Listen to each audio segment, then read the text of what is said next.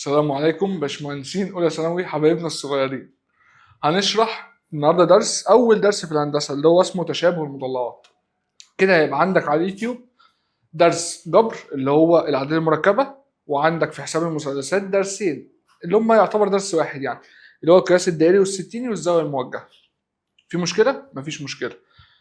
عندنا ايه بقى النهارده؟ اول درس في الهندسه اللي هو اسمه تشابه المضلعات. اسمه ايه؟ تشابه المضلعات. تعالى بس نقول دلوقتي يعني ايه مضلع اصلا. بص يا سيدي، مضلع ده يعني اي حاجه بتزيد عن ضلعين. اي حاجه تزيد عن ضلع، يعني مثلا مش مهم اهو، ده اسمه ايه يا ابويا؟ كده مثلا شكلك اي شكل، ده اسمه مضلع. اسمه ايه؟ مضلع. فاحنا دلوقتي بنقول تشابه المضلعات، ده مضلع. طب مثلا مثلث، هو مثلث اسمه ايه؟ ما هو مضلع. مضلع بس مميز شويه، اسمه مثلث. بس المربع مضلع بس مضلع مميز، اسمه مربع بس. فاي شكل هترسمه مثلا كده كده كده كده كده كده، بص ده مضلع. حلو حلو. احنا بقى عايزين النهارده نعمل ايه؟ عندنا حاجه اسمها تشابه المضلعات. حاجه اسمها ايه؟ تشابه المضلعات. بص بقى يا سيدي،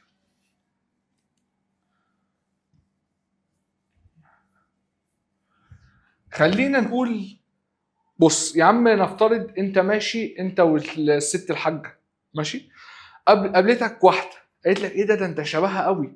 شبهها قوي دي يعني انت انت والدتك؟ لا، مش انت مش هي بس انت شبهها.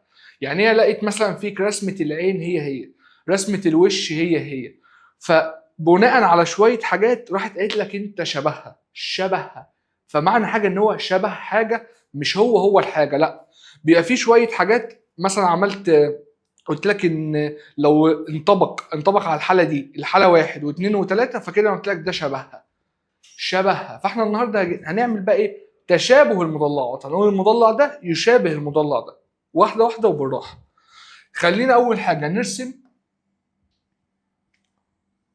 هرسم لك رسمتين، وبناء عليهم هنشوف بقى هنعمل ايه في الليله دي. بص يا عم، ولنفترض مشي معايا الدنيا، يعني ان ده مربع وده مربع. ده سميته لك الف ب ج د، وده اسمه س ص عين لام. ماشي، كلام جميل. فده الزاويه بتاعته قائمه، لان ده مربع كل الزوايا بتاعته قائمه. ده قائمه، ودي قائمه، ودي قائمه.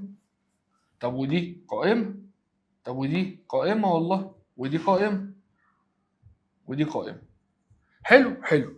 وقلت لك ان طول ضلع المربع ده مثلا ب 3 سم، ده طوله 4 سم مثلا، وده طوله 3 سم. كده كده ان المربع كل الاضلاع متساويه، كله ده باربعات وده كله بثلاثات. حلو حلو. انت شايف ايه من هنا؟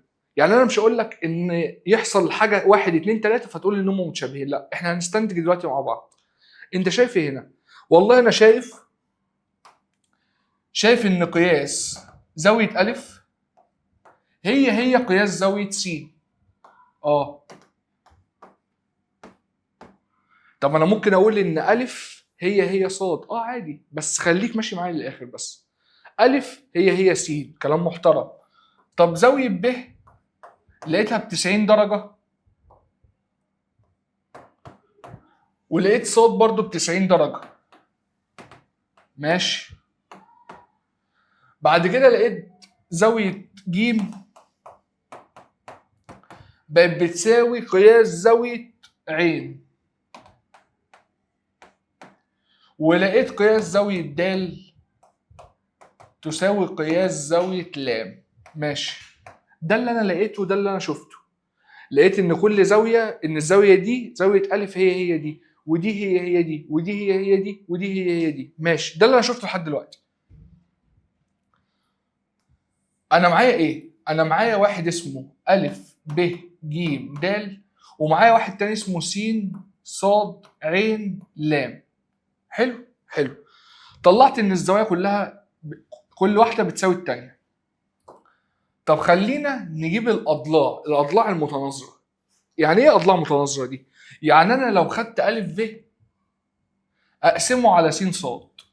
تعالى كده معايا، ا ف قسمته على س ص، وبعدين رحت جايب الضلع المتناظر بتاع ايه بقى وايه؟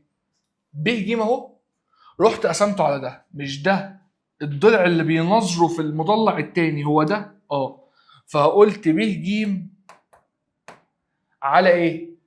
على ص ع. كلام جميل. انا عارف انك دلوقتي تايه، بس امشي معايا وانت اللي تستنتجها براحتك. طب معايا ايه تاني؟ معايا ج د. فين الضلع اللي بينظره اهو، اللي هو ع ل. يعني انا ممكن اقول ج د على ع ل. كلام جميل ومحترم.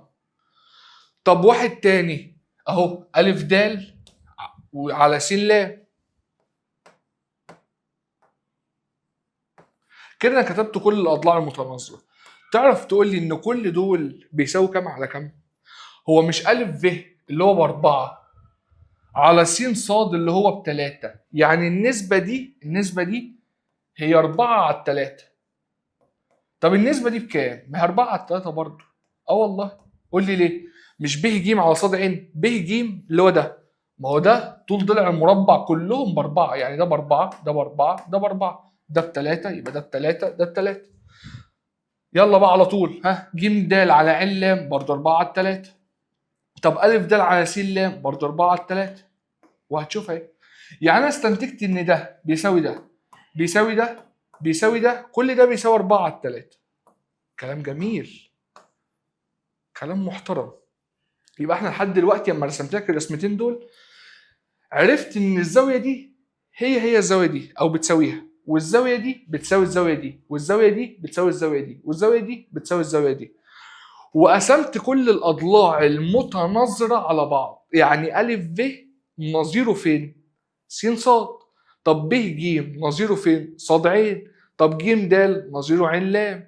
طب ا د نظيره س ل. طلعوا كلهم نسبه ثابته اللي هم 4 على 3. هو ده شرط التشابه. بس كده يا عم، خلاص خلصنا الدرس. والله. يعني هنا علامه التشابه بقى بتتعمل ازاي؟ كده.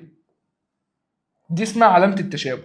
يعني انا لو اتحقق عندي الشرط ده والشرط ده، كده انا اقدر اقول ان المضلع ا ف ج د او المربع ا ف ج د يشابه س ص ع ل. بس كده. يبقى انا من دول اقدر اقول لك، بص كده، من دول بقى، من اللي احنا عملناه ده، تقدر تقول لي ايه شروط التشابه؟ يعني انا اما عملت دول رحت قايل ان ا ف ج د يشابه س ص ع ل. تقدر تقول لي بقى انت شروط التشابه ايه؟ اقدر اقول لك ان انا لازم يكون عندي اول واحده، يكون عندي قياسات او تساوي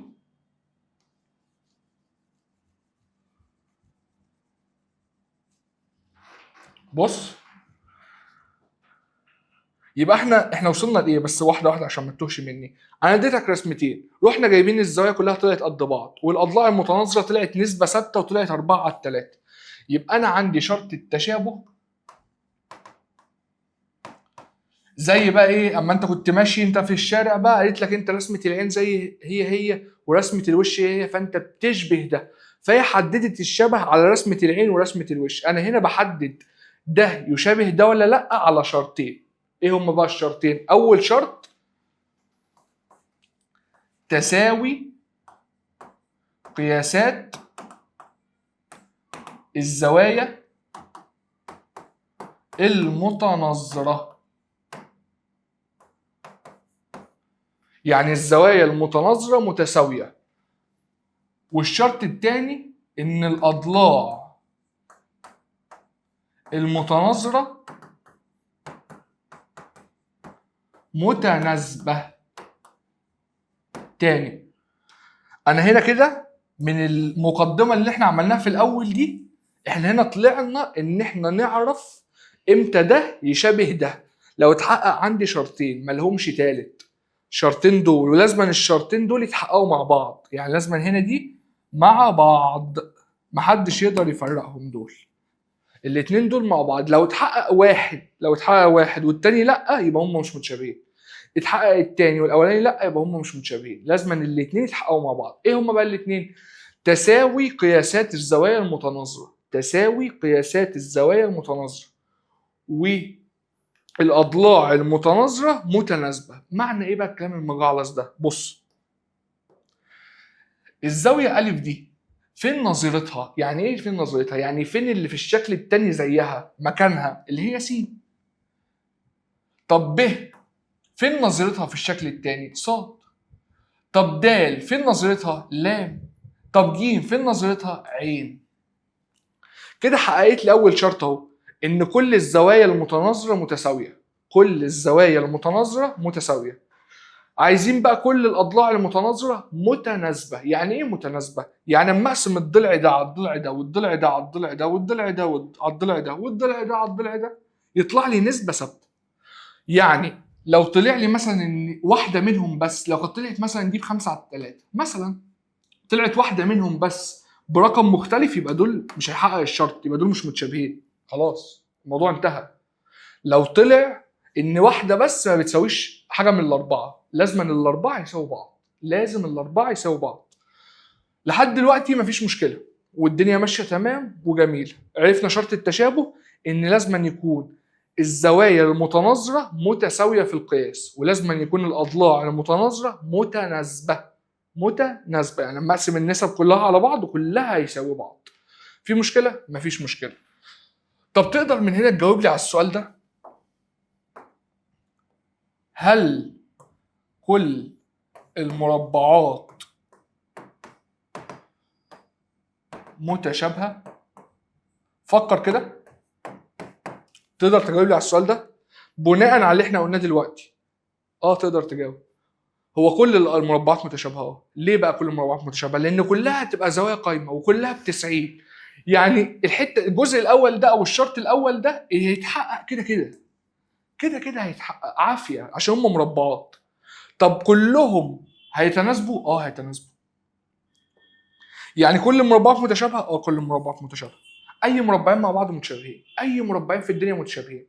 لان لو اي مربع مثلا ده كان طوله مثلا، ادي مربع هو طوله 5 والتاني مربع هنا طوله 6، فالنسبه هتبقى 5 على 6، لان ده 5 وده 5 وده 5، دي 6 ودي 6 ودي 6، فالنسبه كلها هتبقى واحده 5 على 6 وكلهم زوايا قايمه. خلاص انا عايز تاني، انا عايز تاني من الدنيا. خلاص حققت الشرطين، الموضوع انتهى. يبقى تساوي قياسات الزوايا المتناظره والاضلاع المتناظره متناسبه. في مشكله؟ مفيش مشكله. بص بقى، بص الحته دي. اما تيجي تكتب المضلعات، بص يفضل اجي اكتب المضلعات. خد بالك من الملحوظه دي، اكتبها بترتيب الرؤوس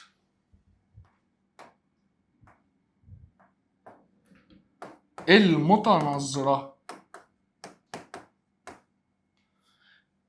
يعني اما اجي اكتب مضلعين يفضل ان انا اكتبهم بترتيب الرؤوس المتناظره. ليه بقى؟ عشان يسهل او اعرف استنتج الاضلاع المتناسبه واعرف استنتج الزوايا. يعني مثلا لو انا عندي شكل كده مثلا، وعندي شكل كده، خلينا نرسمه هو، ولنفترض ده شكل وده شكل، ماشي. ورحت قايل لك ان ده الف ب ج د س ص عين لام، ورحت قايل لك ان الزاويه دي تساوي الزاويه دي، وقلت لك ان دي هي دي، وقلت لك ان دي هي دي، وقلت لك ان دي هي دي. انا كده شفت الزوايا المتناظرة، يعني أنا عايز أكتب المضلعات بترتيبهم بترتيب الرؤوس المتناظرة عشان أعرف أستنتج الأضلاع المتناسبة. في مشكلة؟ مفيش مشكلة، هنفهم واحدة واحدة. بص، ده ألف ب ج د، وهنا س صاد عين عين لام. يعني أنا لو هكتب المضلع الأول ده أكتبه بأي طريقة أنت عايزها، ألف ب ج د. بس التاني بقى مش بأي طريقة أنت عايزها، يعني التاني ده مش بأي طريقة أنت عايزها، هكتبه بترتيب الرؤوس المتناظرة المتساوية. يعني ألف هنا بتساوي إيه هنا؟ س، يبقى أنا أكتب الترتيب بتاعه هنا س. طب ب ألاقيها فين؟ ب دي بتساوي إيه؟ بتساوي صاد، يبقى لازم أكتب هنا صاد. طب ج هي عين، يبقى ج دي قدامها عين. طب د قدامها إيه؟ قدامها لام. ليه بقى أنا عملت كده؟ أو ليه لازم أكتبها كده؟ عشان لو على طول جه قال لي، يعني هو جه قال لي على طول ان ا ب ج د ده يشابه س ص ع ل، على طول هو اللي قال لي ان هم متشابهين. انا المفروض استنتج حاجتين. المفروض استنتج كام حاجه؟ حاجتين. يعني بص، انا لو عايز اثبت ان هم متشابهين، يبقى انا لازم كل زاويه ونظرتها متساويه في القياس، والاضلاع المتناسبه، الاضلاع المتناظره متناسبه. انما لو هو جه قال لي ان هم متشابهين بقى على طول، قال لي ان هم متشابهين، قال لي ان ده بيشابه ده، فانا استنتجت من هنا ان زاويه الف بتساوي زاويه س، عشان هو قال لي ان هم متشابهين. ما دام قال لي ان هم متشابهين يبقى دي الف هنا اللي قدامها هنا بتساويها، يبقى الف بتساوي س. طب ب بتساوي ص. طب ج بتساوي عين. طب د بتساوي ل. ما دام قال لي ان هم متشابهين يبقى اللي هنا بتساوي اللي هنا، اللي هنا بتساوي اللي هنا. الف ساوت س، ب ساوت ص، ج ساوت عين، د ساوت ل. في مشكله؟ مفيش مشكله. تعالى بقى نطلع الاضلاع المتناظره دي. بنطلعها ازاي عشان بعد كده نحل بقى الامثله واحنا مش خايفين من حاجه؟ بص بقى يا سيدي، باخد اول واحد. مش راضي ياخد اول واحد، ناخد اول واحد اهو. بص الف ب مشيت كده اهو، الف ب، يبقى اللي قدامه انهي واحد؟ اهو س ص، مشيت كده، يبقى هنا على س ص يساوي، عشان هو قال لي ان هم متشابهين، هو اللي قال فمتشابهين، استنتجت ان الزوايا المتناظره متساويه وان المفروض الاضلاع المتناظره متناسبه. طب انا مشيت كده، بعد كده امشي ازاي بقى؟ من ب لج. بص همشي ازاي؟ من ب لج، فهكتب هنا ب ج. بعد كده امشي من هنا من ص لعين، يبقى اكتب هنا ص عين، يساوي مشيت من ج لد، يبقى اكتب هنا ج د. همشي من هنا ازاي؟ عين لام. انا خلصت هنا، ما ارجعش بايدي فاضيه. خلصت ما ترجعش بايدك فاضيه. خلصت ما ترجعش بايدك فاضيه. انا خلصت دول، ما ارجعش بايدي فاضيه، بقى ارجع كده تاني. يبقى هيساوي الف د او د الف مش هتفرق. انا خلصت هنا، ما ارجعش بايدي فاضيه، ارجع لورا على طول، اقفل الشكل، يبقى على لام س او س ل. بس كده يا عم.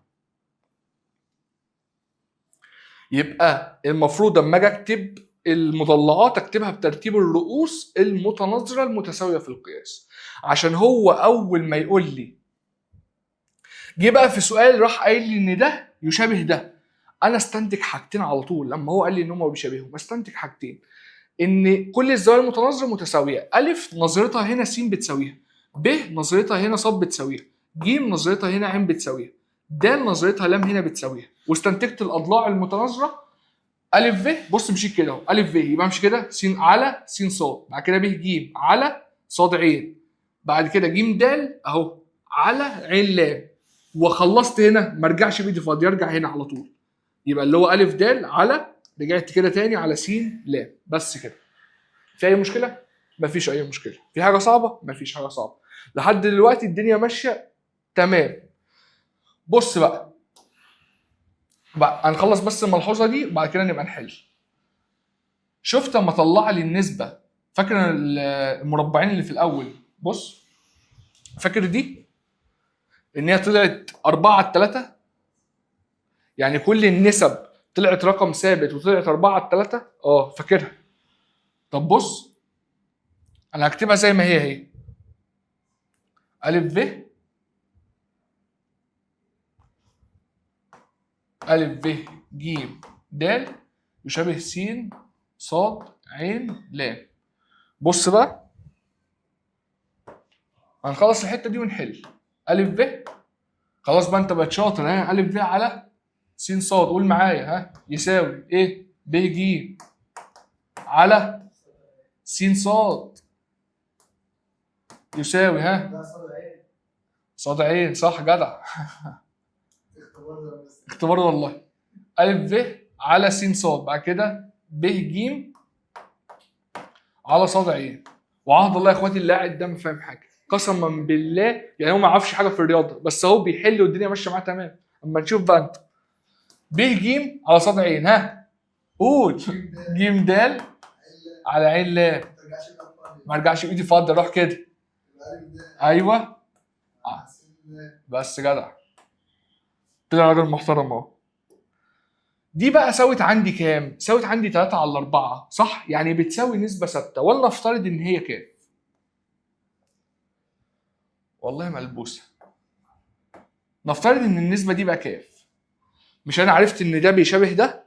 أما ده بيشابه ده، يبقى أنا استنتجت حاجتين: إن الزوايا كلها المتناظرة متساوية، والأضلاع المتناظرة متناسبة. طلعت لي بقى نسبة ثابتة اللي هي كاف. كاف دي بقى ليها 3 حالات. كاف دي اكيد اكبر من الصفر، يعني ها ما نتجننش. اكيد الكاف دي رقم موجب، لان اطوال الاضلاع كلها موجبه. ينفع اقسم رقم موجب على موجب يديني سالب؟ لا. فالكاف على طول اكبر من الصفر، يعني الكاف هنا على طول اكبر من الصفر. دي بقى ليها 3 حالات: يا اما الكاف اكبر من الواحد، يا اما الكاف اصغر من الواحد. بس انا ابقى غبي لو سبتها كده. ما ينفعش اقول الكاف اصغر من الواحد واسكت، لان ممكن اقول لك اصغر من الواحد يا عم هي سالب واحد، فانا ما حكمتوش. لان المفروض الكاف تبقى اكبر من الصفر، لازم تكون رقم موجب. فلازم اما اكتب الكاف اصغر من واحد لازم اقول ان هي اكبر من الصفر. يعني ما ينفعش اقول ان الكاف اصغر من الواحد واسكت. لا، هي الكاف اكبر من الصفر واصغر من الواحد. يعني نص، سدس، تلت، اي رقم ما بين الصفر والواحد، او كاف تساوي واحد. دي الثلاث حالات لكاف، او النسبه اللي بتطلعها الاضلاع. دي الثلاث حالات ليها. اول حاله لو كاف اكبر من الواحد. ايه بقى لو كاف اكبر من الواحد دي؟ يعني النسبه طلعت اكبر من الواحد. دي بتبقى ايه؟ بيبقى نسمي مثلا المضلع ده م واحد، ونسمي المضلع ده م اتنين. بيبقى م واحد يعني دي نسبه تشابه. الكاف اكبر من الواحد دي، او الكاف دي، هي نسبه تشابه انهي مضلع؟ ا ب ج د للمضلع س ص ع ل. يعني نسبه تشابه ده لده بكاف. طب قبل ما نقول كاف دي، استنى كده، خد دي. لو قلت لك عايز تشابه س ص ع ل للمضلع ا ب ج د، مش انا ا ب ج د لس ص ع ل بكف؟ اه. طب اما عكستهم بقى، لما اقول س ص ع ل لأ ب ج د، عكست دول، اكيد النسبه ما بينهم هتبقى ايه؟ واحد على الكاف. اه والله، والله واحد على الكاف. ليه بقى واحد على الكاف؟ مش دي من المثال اللي قبليها. بص كده، طلعت النسبه كام؟ 4 على 3، صح؟ فانا وانا كنت عامل ايه؟ ا ب ج د لس ص ع ل طلعت 4 على 3. يعني لو س ص ع ل لأ ب ج هتطلع 4 على 3. ولا طلعت كام؟ هنا 4 على 3، والثانيه تطلع 3 على 4. ليه بقى 3 على 4؟ عشان انا قلبت دول. هو انا لو قلت س ص ع ل للمضلع ا ب ج د، اكتب لي كده الاضلاع المتناظره. يلا، ها، س ص اهو، امشي. ا ب يساوي ص ع على ايه يا اخويا؟ ب ج، ها، علام على ج د. ما ترجعش بايدك فاضي. يبقى لام س او س لام مش هتفرق، على ا د. ماشي كده، كتبت النسب اهو. مش كده النسب كلها هتتشقلب؟ والله هتتشقلب. بدل دي كانت بتساوي 4 على 3 فدي هتبقى ب 3 على 4. بس كده. اللي عايز افهمه لك ان لو انا قلت لك نسبه تشابه ا ب ج د لس ص ع ل مثلا بنص مثلا، ده لده بنص، لو عكستهم ده لده يبقى باتنين، اقلب الكسر، لان انا لما قلت ده لده طلعت بكاف، او انا فرضتها بكاف، فلو عكست دول قلت لك س ص ع ل لألف ب ج د عكست دول تبقى واحد على الكاف. بس كده. دي مهمه مهمه مهمه. تعالى بقى نكمل. انا لما قلت لك لو الكاف اكبر من الواحد يبقى، وانا سميت المضلع ده ميم واحد وده ميم اتنين، انا دلوقتي بعمل تشابه ا ب ج د لس ص ع ل، يبقى ميم واحد ده هو تكبير للمضلع ميم اتنين. يعني ايه تكبير بقى؟ يعني هو المضلع بس اكبر منه. يعني هو المضلع بس ايه؟ اكبر منه.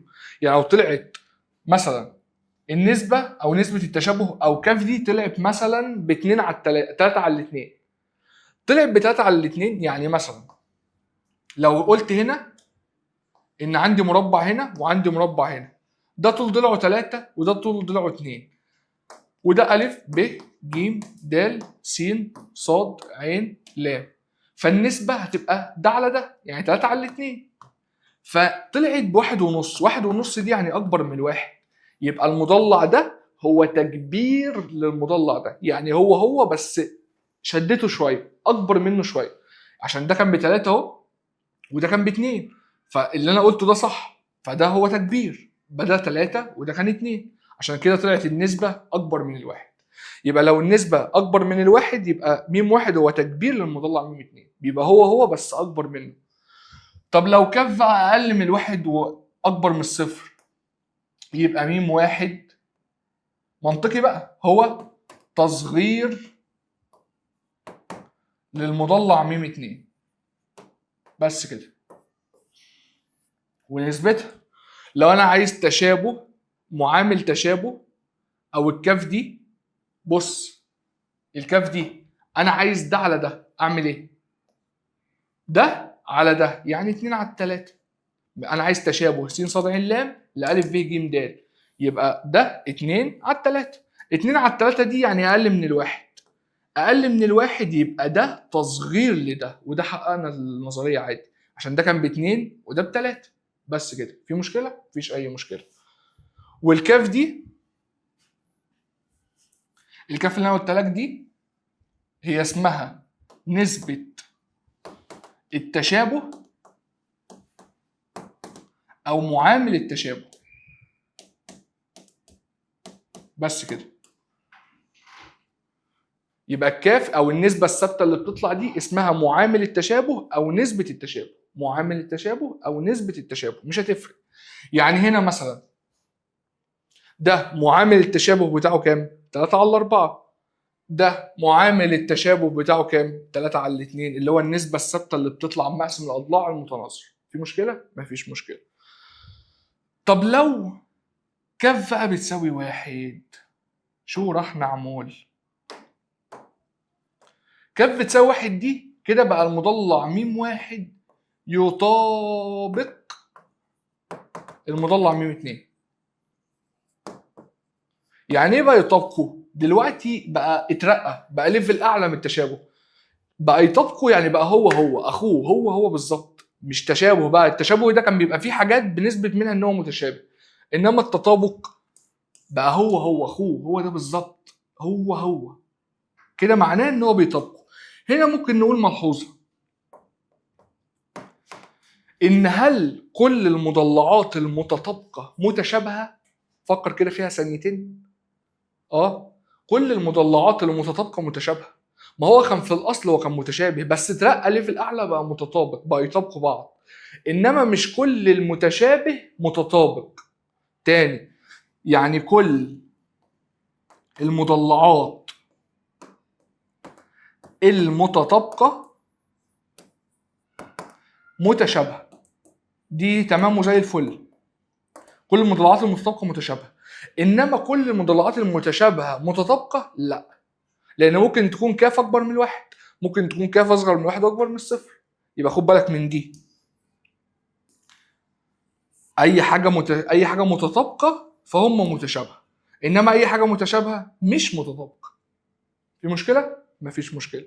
وعرفنا الكاف ان هو معامل التشابه او نسبه التشابه، وعرفنا ان ده لده هو كاف. لو عكست دول يبقى اقلب النسبه اللي هي 1 على الكاف. في مشكله؟ مفيش مشكله. تعالى خد كم مثال. ناخد كم مثال على اللي احنا قلنا ده. هو بيقول لك ايه بقى؟ بيقول لك بين. على فكره احنا كده يعتبر خلصنا الدرس. فهمنا كده التشابه، فهمنا تشابه المضلعات، وعرفنا امتى اقول ان المضلعين متشابهين. ان يتحقق شرطين: ان الزوايا المتناظره متساويه في القياس، وان الاضلاع المتناظره متناسبه. لازم الشرطين مع بعض يتحققوا. وعرفنا كاف ان هو معامل التشابه او نسبه التشابه، وعرفنا ان لو بشابه مضلع لمضلع طلعت نسبته كاف، لو عكست المضلعين يبقى النسبه بتتشقلب، يعني 1 على كاف.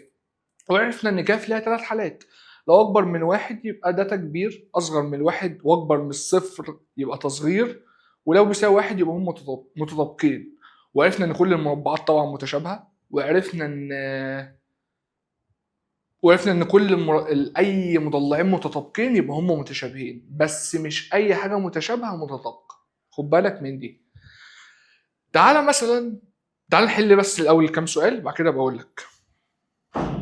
تعالى نحل كام سؤال. اول سؤال عندنا هنا هو بيقول لك بين اي من الازواج المضلعات التاليه تكون متشابهه مع ذكر السبب، واذا كانت متشابهه اوجد نسبه التشابه. يعني بين هم متشابهين ولا لا، ولو متشابهه اوجد لي نسبه التشابه. تعال نشوف.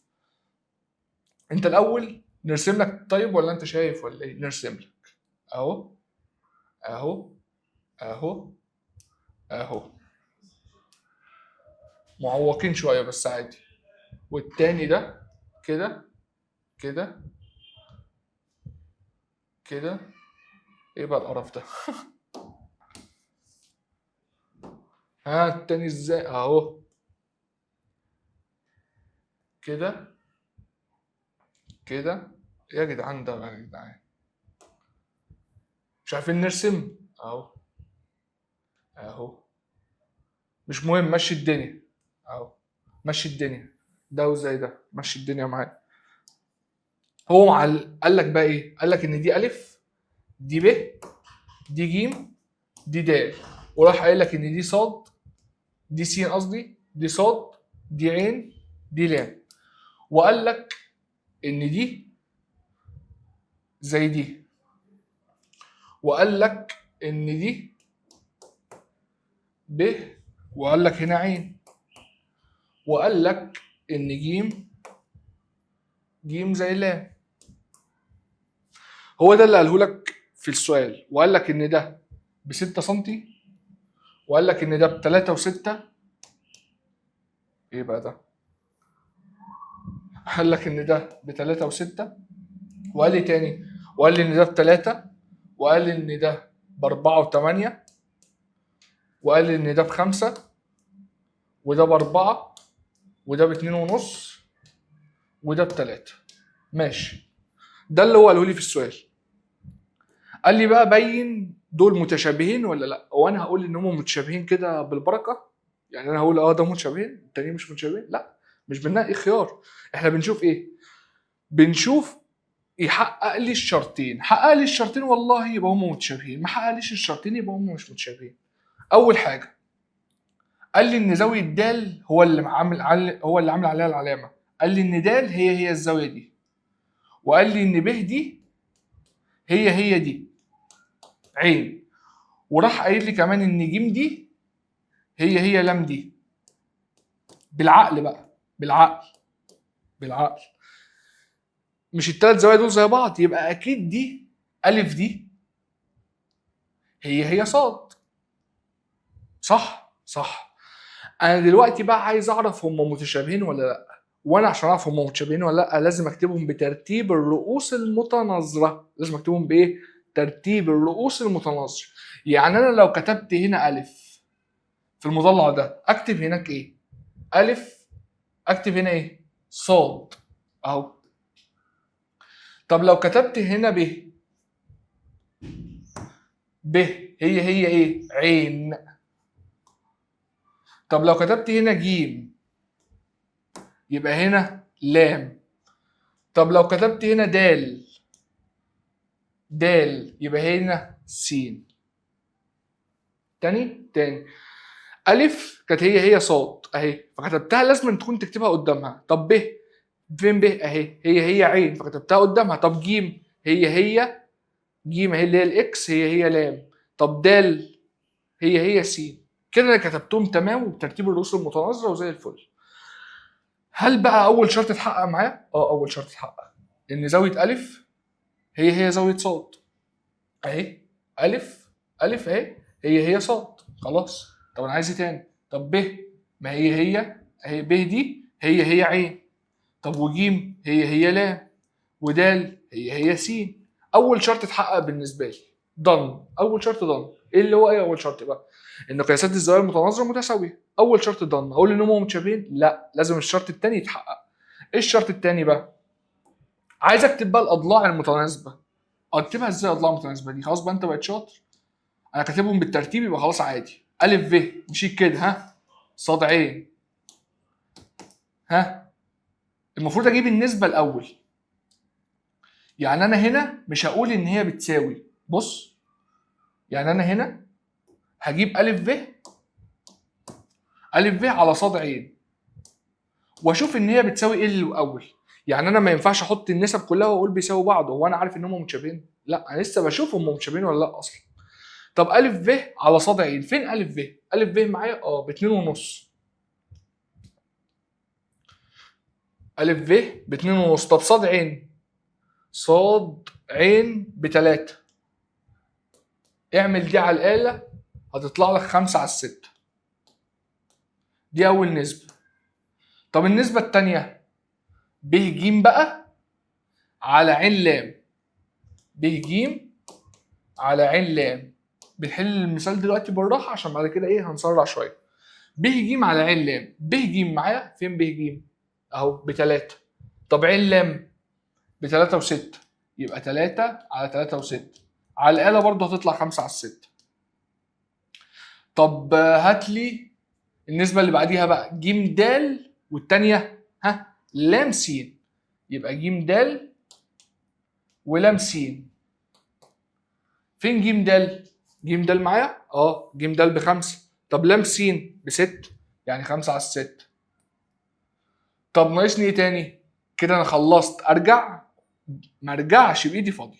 ده الالف وس صاد، يعني الف د وس صاد او صاد س مش هتفرق يعني. فين الف د؟ الف د ب4. طب س صاد، س صاد ب4.8، برضه يطلع 5 على 6. معناها ايه بقى يا اخويا؟ دي 5 على 6 ودي 5 على 6 ودي 5 على 6، وان الزوايا كلها المتناظره متساويه. هل دول متشابهين؟ متشابهين. خلاص حقق لي الشرطين، انا كده مش عايز منه حاجه. حقق لي اول شرط ان الزوايا المتناظره متساويه، وان النسب بتاع الاضلاع كلها متناسبه، يعني ده بيساوي ده وده بيساوي ده. فطلعت 5 على 6، طلعت 5 على 6، 5 على 6، 5 على 6. كده انا ما عنديش مشكله في حاجه. كده انا اقدر اقول ان المضلع اللي اسمه الف، ان المضلع اللي اسمه الف، ان المضلع اللي اسمه الف، ان المضلع ان المضلع اللي اسمه ايه بقى يا مضلع؟ ان المضلع اللي اسمه، طب انت عايز ايه مني؟ اهو، ان المضلع اللي اسمه الف ب ج د. الف ب ج د هيشابه ايه؟ س صاد عين لام س. صاد عين لام س. كده انا اقول ان هم متشابهين وبنفس راضيه وزي الفل. وقال لك يوجد نسبة التشابه. نسبة التشابه أو معامل التشابه ده اللي هو إيه؟ اللي هو النسبة الثابتة اللي بتطلع، اللي هو 5 على 6. يبقى نسبة التشابه أو كاف كام يا أخويا؟ 5 على 6. بس كده. طب تقدر تقول لي ده تصغير ولا تكبير؟ تقدر. مش نسبة التشابه طلعت 5 على 6؟ أنا بشابه ده لده، فده لده تكبير ولا تصغير؟ تصغير، لأن 5 على 6 أقل من الواحد. طب لو قلت لك ده او عايز معامل تشابه ده لده، يعني عايز اعكس دول معامل تشابه بتاع الصاد، معامل تشابه بتاع الصاد عين لام س للمضلع ا ب ج د. عايز نسبة التشابه بتاع ده تبقى كام؟ 6/5. ان انا هقلب دي عشان عكست المضلعين كده، بقى ده لده تكبير ولا تصغير؟ تكبير، عشان 6/5 اكبر من 1. في مشكلة؟ وراجعنا عليها. اللي بعده بيقول لك عايز برضو ان هم متشابهين ولا لا. اول حاجة انا شايف ان والله ان لام زي ح، وشايف ان ميم زي ه، وشايف ان نون زي واو، وشايف ان س زي د. يعني ايه؟ لو انا هكتبهم بترتيب الرؤوس المتناظره، ترتيب الرؤوس المتناظره، اكتب لي اول واحد كده. اول واحد اسمه ايه؟ لام ميم نون س. لام ميم نون س. طب التاني اكتبه ايه؟ لام فين زاويتها المناظره ليها؟ اهي ح. طب التانية ميم ه. طب نون واو. طب س د. كده كتبتهم بترتيب الرؤوس المتناظره، وشفت وانا شايف قدام عيني شايف هو ان لام بتساوي ح، لام قايمه وح قايمه، وميم هي ونون هي واو، وسين هي د.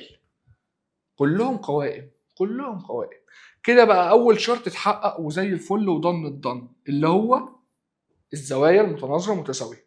الشرط الثاني، يلا مالين انت بقى الاضلاع المتناظره. قول لام مين، ها اقسمه على ايه؟ ح ه. ها اعمل ايه تاني؟ احط يساوي؟ والله ما احط يساوي، ما ينفعش، لان انا لسه بشوفهم متشابهين ولا لا. هات لي كده لام ميم. بص انا همشي كده اهو، كده وامشي كده، وبعدين امشي دي كده كده. لام ميم على ح ه. لام ميم دول الاثنين دول مستطيلات. لام ميم ب8، طب ح ه ب3، يعني 8/3. ماشي، دي اول نسبه. طب النسبه الثانيه هي ميم نون على ه واو. ميم نون فين؟ اهي ميم نون ب5 وه واو ب6. انا مش هكمل على فكره، وعهد الله ما انا مكمل. تلاقيك عندي حاجه مش مكمل، ما خلاص يا اخويا، اول نسبه طلعت مش زي تاني نسبه، خلاص اكمل ليه؟ انا محتاج الاربعه زي بعض، محتاج الاربع نسب يبقوا زي بعض. طلعوا واحده اللي بعديها على طول مختلفه، خلاص يبقى هم مش متشابهين. يبقى ليسوا متشابهين،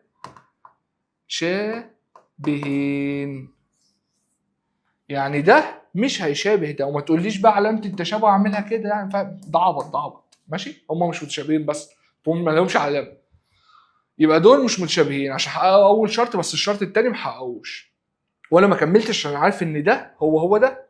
يعني اما اعمل ده وده طلع مختلف، خلاص مش هكمل، المفروض الاربعه يبقوا زي بعض عندي. اوكي. اللي بعده بيقول لك في الشكل المقابل. بص دي بص السطر ده. ان كلام كبير ده بقى. بيقول لك ان ده وده متشابهين. انا مش هكتر معاه. انا قال لي ان الف ب ج د يشابه س ص ع ل. خلاص انا مش هكتر، ده يشابه ده، خلاص يبقى انا استنتجت حاجتين من غير ما اقرا السؤال. هو قال لي ان ده بيشابه ده، خلاص يبقى انا عرفت ان زاويه الف هي زاويه س، وزاويه ب هي زاويه ص، وزاويه ج هي زاويه ع، وزاويه د هي زاويه لام. عشان هو قال لي ان هم متشابهين، فاستنتجت على طول ان الزوايا المتناظره متساويه. طب الاضلاع بقى الف ب، يلا ها قول الف ب على س ص يساوي. ها طب ليه حطيت يساوي هنا بقى؟ ما كملتش النسب عشان هو قال لي ان هم متشابهين. متشابهين دول يبقى هم بيحققوا الشرطين، ده اللي انا اعرفه، ان هم متشابهين يبقى بيحققوا الشرطين. حلوه جميل تصدق، متشابهين يبقى بيحققوا الشرطين اهو، ا ب على س ص. طب ب ج على ص ع. طب ج د على ع ل. طب ا د على س ل. زي الفل وكلام محترم وقلسطه. ده اللي انا عرفته من اول ما قريت كلمه متشابهين. انا ما كملتش السؤال، يولع السؤال. انا عرفت ان هم متشابهين يبقى انا راجل محترم، عرفت ان هم متشابهين يبقى استنتج على طول الشرطين على طول، يبقى انا عرفت ان دول كده خلاص. انا بقى كده بقيت برنس، بقيت برنس تشابه. زاويه ا هي س. مش هو قال لي بقى خلاص بص، هو طلب ايه زي العبيط؟ قال لي ايه؟ معامل التشابه وعايز اطوال الاضلاع وقياسات الزوايا المجهوله. طب خلينا نجيب الاطوال الاضلاع والزوايا المجهوله الاول. ا هي س. طب انا معايا ا، معايا ا ب 70 درجه، يبقى س اللي هو حاطط لي عليها علامه استفهام دي، يبقى الس برضو يبقى قياس زاويه س 70 درجه، لان هي هتساوي ا. كده جبنا اول واحده نعمل عليها صح مرتاح. طب اللي بعديها ب هي ص. فين ب؟ اهي ب عليها علامه استفهام. طب ص ما عليهاش علامه استفهام. ص بكام؟ ص ب 65، يبقى قياس زاويه ب يساوي 65، لان هو يساوي الصاد. يعني ب دي بقت دلوقتي اقدر اكتبها 65 درجه، والسين دي اقدر اكتبها 70 درجه وانا مرتاح وقلبي مطمن. طب ايه تاني؟ ج هي عين. فين ج؟ ج 135. طب عين مش موجوده، شفت بقى؟ يبقى انت تحط دي 135 على طول، لان دي هي دي، يبقى قياس زاويه عين 135 درجه. كلام جميل كلام جميل كلام جميل. ناقص ايه تاني؟ قال لك ان د هي لام. مشكله دي بقى؟ لا ولا مشكله ولا حاجه. انا معايا دول كلهم مجموعهم 360. مش انا جبت دي ب 70، هو مدين دي ب 70 ودي ب 65 ودي 135، يبقى الدال دي اللي ناقصاني، او هي لام، يعني قياس زاويه د هو لام. صح ولا مش صح؟ عشان د اهي هي لام اهي، فقياس زاويه د بيساوي قياس زاويه لام بيساوي ايه يا اخويا؟ بيساوي 360، لان مجموع قياسات الشكل الرباعي 360 ناقص 70 زائد 65 زائد 135. الزاويه قياس زاويه د وقياس زاويه لام الاثنين هيساووا 90 درجه. كده بقت دي 90 وبقت دي 90. كده انا جبت له كل الزوايا هو اللي هو عايزها، بس عشان عرفت ان هم متشابهين بس. طب عايز الاضلاع المجهوله وعايز نسبه التشابه. طب ما خلاص بقى، انا عارف ان انا هقول ا ب على س ص. طب ما خلاص ا ب على س ص. ا ب معايا، ا ب مش معايا، اسيبه زي ما هو، اسيبه زي ما هو، ما اجيش جنبه. س ص بكام؟ س ص ب 3 يساوي ب ج على ص ع. فين ب ج؟ ب ج معايا ب 2.1 على ص ع. فين ص ع؟ ص ع ب1.4. بص بقى، انت شفت دي، انت كده ارتحت وقلبك ارتاح وزي الفل. اول ما تشوف دي، اول ما تشوف ان النسبتين موجودين، اول ما تشوف دي ودي موجودين، يبقى انت زي الفل. كمل، يبقى انت خلاص هتحل السؤال يعني. طب ج د على ع لام. فين ج د؟ معايا ج د مش معايا، سيبه زي ما هو ما تجيش جنبه. على ع لام. فين ع لام؟ اهو معايا ب1.8. طب ا د على س لام. ا د فين ا د ب3. طب س لام مش معايا، سيبه زي ما هو. كده انا عايز كل الاضلاع، انا عايز طول ده وعايز طول ده وعايز طول ده. سهله ولا صعبه؟ سهله قوي سهله قوي. انا معايا نسبه بس خلاص. ما دام معايا نسبه زي الفل، يبقى انا اول واحد ا ب ده هيساوي ايه؟ ده في ده على ده. تاني، ده في ده على ده، ده في ده على ده. ليه؟ اختصارا. يعني انا ممكن اقول اضرب طرفين في وسطين، فاقول ان هي 1.4 ألف ف بتساوي 3 في 2.1. بعد كده هقول ان ألف ف اما اقسم على 1.4 هنا 1.4 هنا، هقول ان هو 3 في 2.1 على 1.4. هي. فاختصارا انا هعمل دي على طول. يبقى ده بيساوي ده في ده على ده، ده في ده على ده. ماشي. طلع بكام يا عم كيمو؟ طلع بكام؟ ألف ب 3 في 2.1 على 1.4. 4.5. كده أنا طلعت ألف ب زي الفل. يعني أنا ممكن ده ب4.5 أهو. هتفرق بقى، هتفرق لو أنا قلت ج د على 1.8. لو أنا عايز أجيب ج د دي هتفرق لو أنا قلت ده في ده على ده.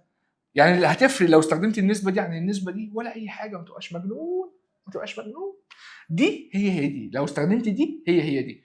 فجيم د ده في ده على ده، يعني 1.8 في 2.1 على 1.4.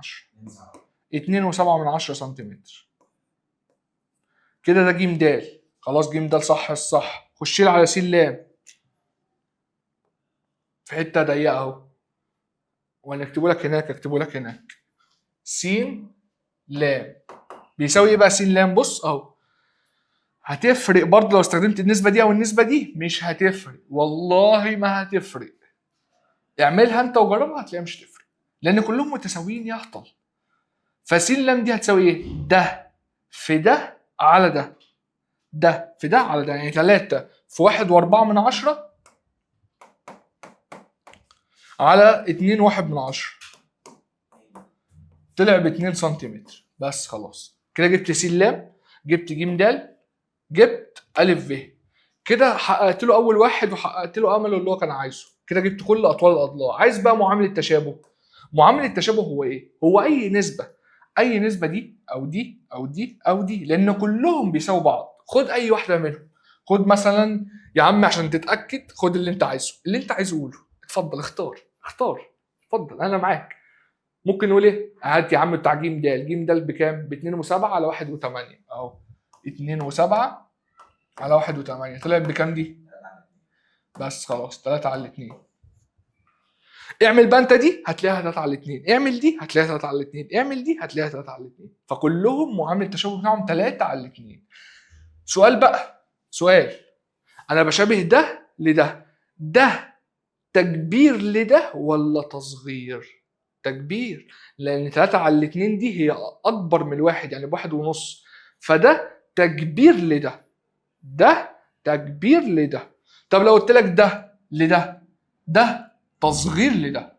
لان انا لو شبهت ده بده او عكست النسبه هتبقى 2 على 3، فيبقى ده تصغير لده وده تكبير لده. ماشي؟ ما تلخبطش.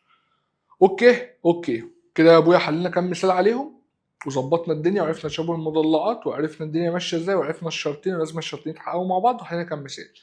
هناخد بس 3 ملحوظات وبعد كده نكمل امثله وخلاص، ونبقى خلصنا الحصه اللذيذه دي. 3 ملحوظات. ايه الملحوظه الاولى؟ عندنا اول ملحوظه ان بيقول لك ان المضلعين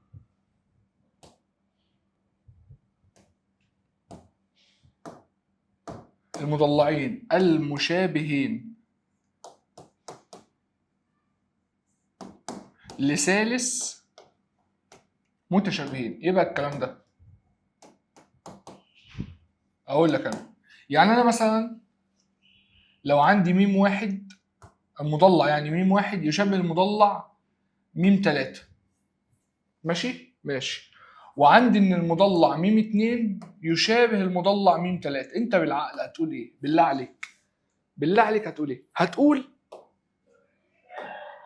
ان ميم واحد هيشابه ميم 2 بس كده. مش ميم واحد بيشابه ميم 3 وميم 2 برضه بيشابه ميم 3، يبقى ميم واحد هيشابه ميم 2 بس كده.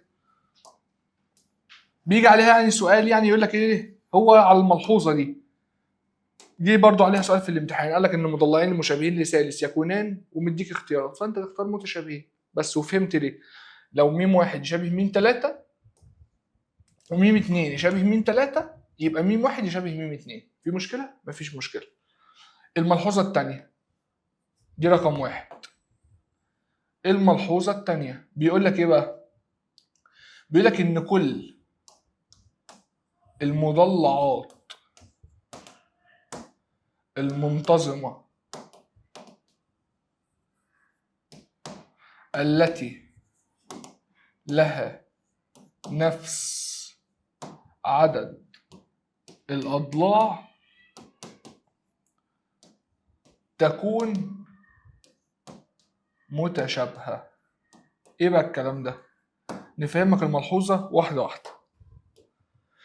بيقول لك ان كل المضلعات المنتظمة التي لها نفس عدد الأضلاع، ودي اتعلم عليها 60 خط. دي اتعلم عليها 60 خط. بص، يعني ايه اصلا مضلع منتظم؟ يعني ايه مضلع منتظم؟ المضلع المنتظم ده بيتوفر فيه شرطين. افهمك بس الاول يعني ايه مضلع منتظم. مضلع منتظم ده يعني كل الاضلاع متساويه في الطول. ماشي ماشي. وكل الزوايا متساويه في القياس. دي المفروض معلومه انت تبقى عارفها، بس انا بفكرك بيها برضه. ان المضلع المنتظم بقول عنه ان هو مضلع منتظم لما يتوفر حاجتين: ان كل الاضلاع متساويه في الطول وكل الزوايا متساويه في القياس. يعني لو عندي مثلا مثلث متساوي الاضلاع، يعني ده قد ده قد ده، مش المثلث المتساوي الاضلاع ده كل زوايا ب 60، يعني دي ب 60 درجه، دي ب 60 درجه، دي ب 60 درجه. ده اسمه كده اقول عليه مضلع منتظم.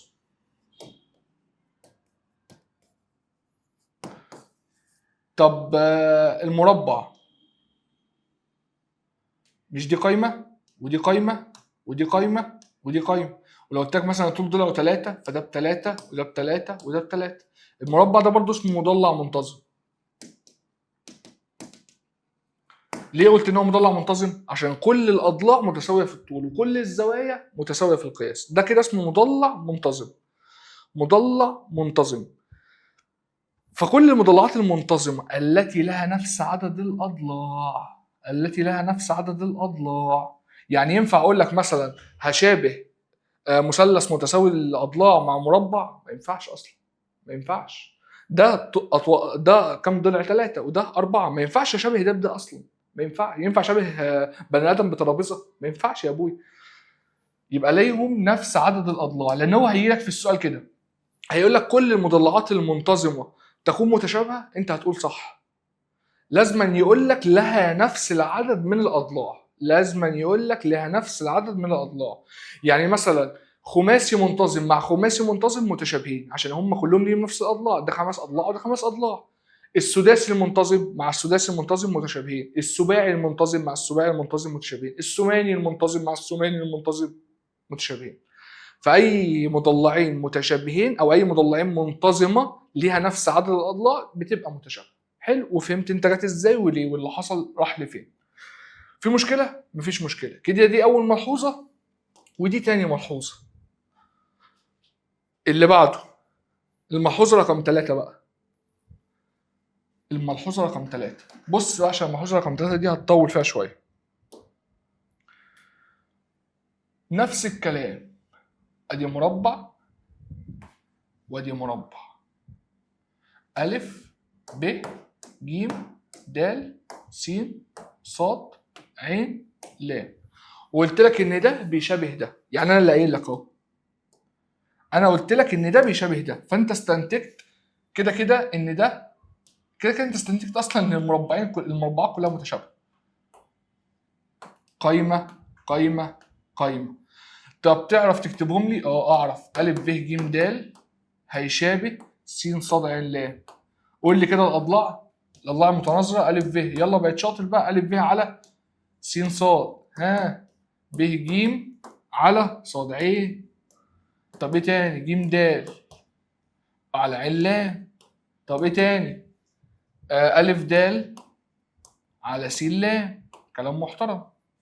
بص بقى، ركز ركز في اللي جاي ده. مش كل دول بيساوي كف؟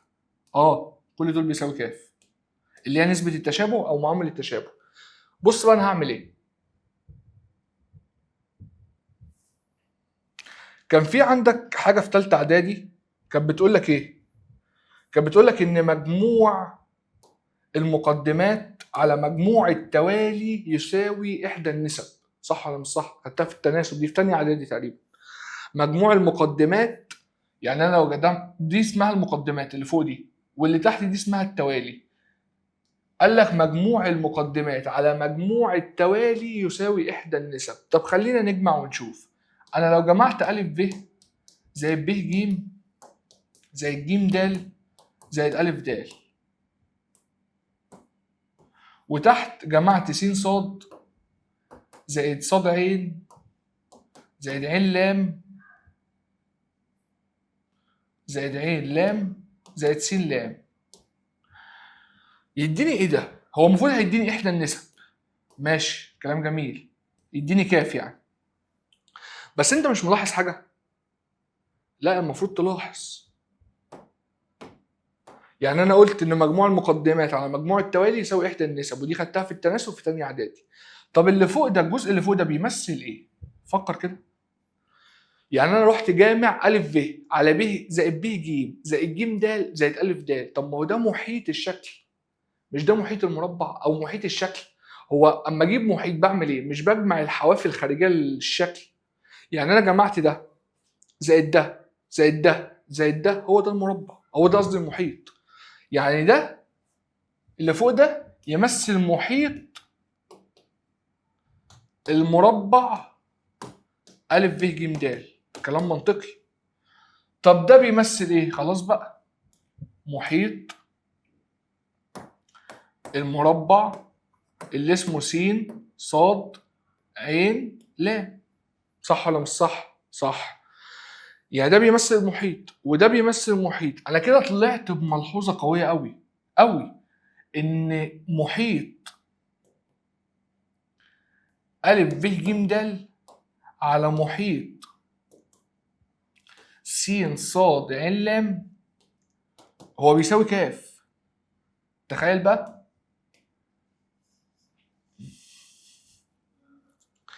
يعني النسبة ما بين المحيطين هي بتساوي النسبة ما بين الأضلاع. ليه النسبة ما بين الأضلاع؟ مش أنا قلت لك إن ده مجموع المقدمات على مجموع التوالي يساوي إحدى النسب؟ يعني أنا لو كنت شلت كاف دي ورحت كاتب إن دول بيساووا مثلا أ ب على س ص، حد كان هيقول لي حاجة؟ لا، ولا أي حاجة.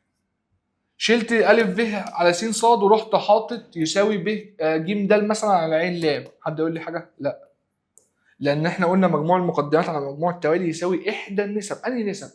ما هي دي نسبه ودي نسبه ودي نسبه ودي نسبه.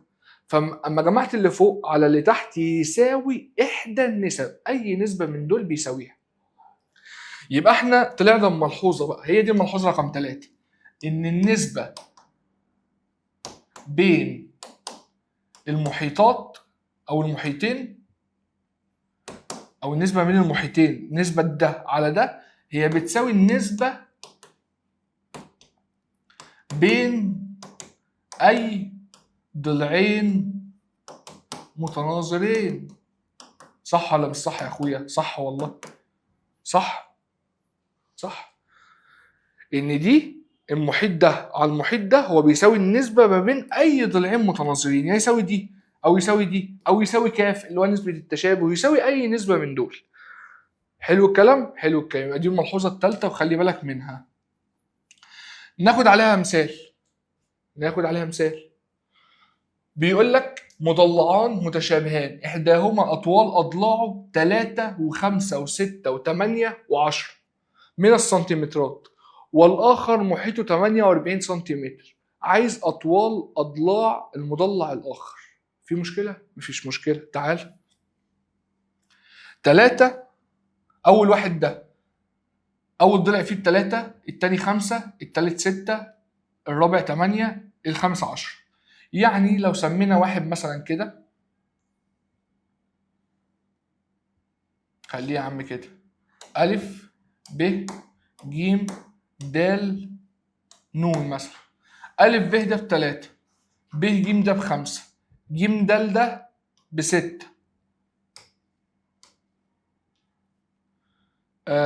د ن ده ب8، أ ن ده ب10. رسمة مش منطقية شوية بس عادي.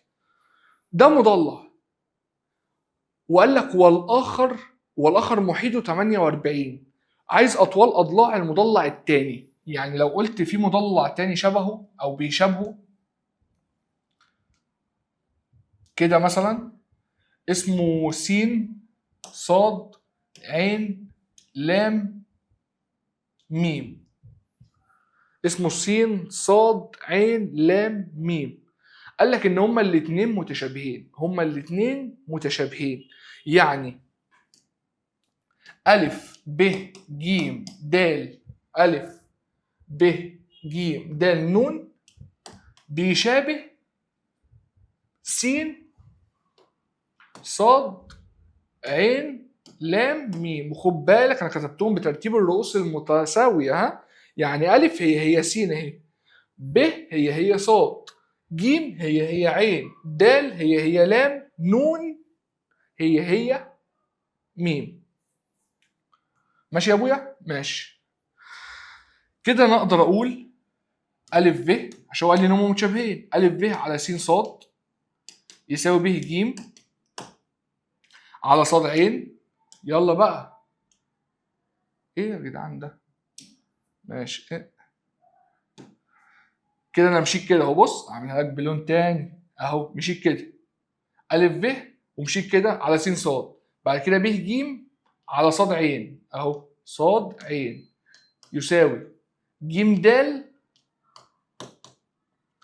على عين لام يساوي د ن على لام نون اهو، على لام ميم قصدي. طب انا خلصت اسيبها وامشي؟ لا، ما ارجعش بايدي فاضيه. يساوي ده يخرب بيت ده وده. يبقى يساوي ايه بقى؟ يساوي ايه؟ أ ن على س م او م س، مش هتفرق. في مشكله؟ مفيش مشكله.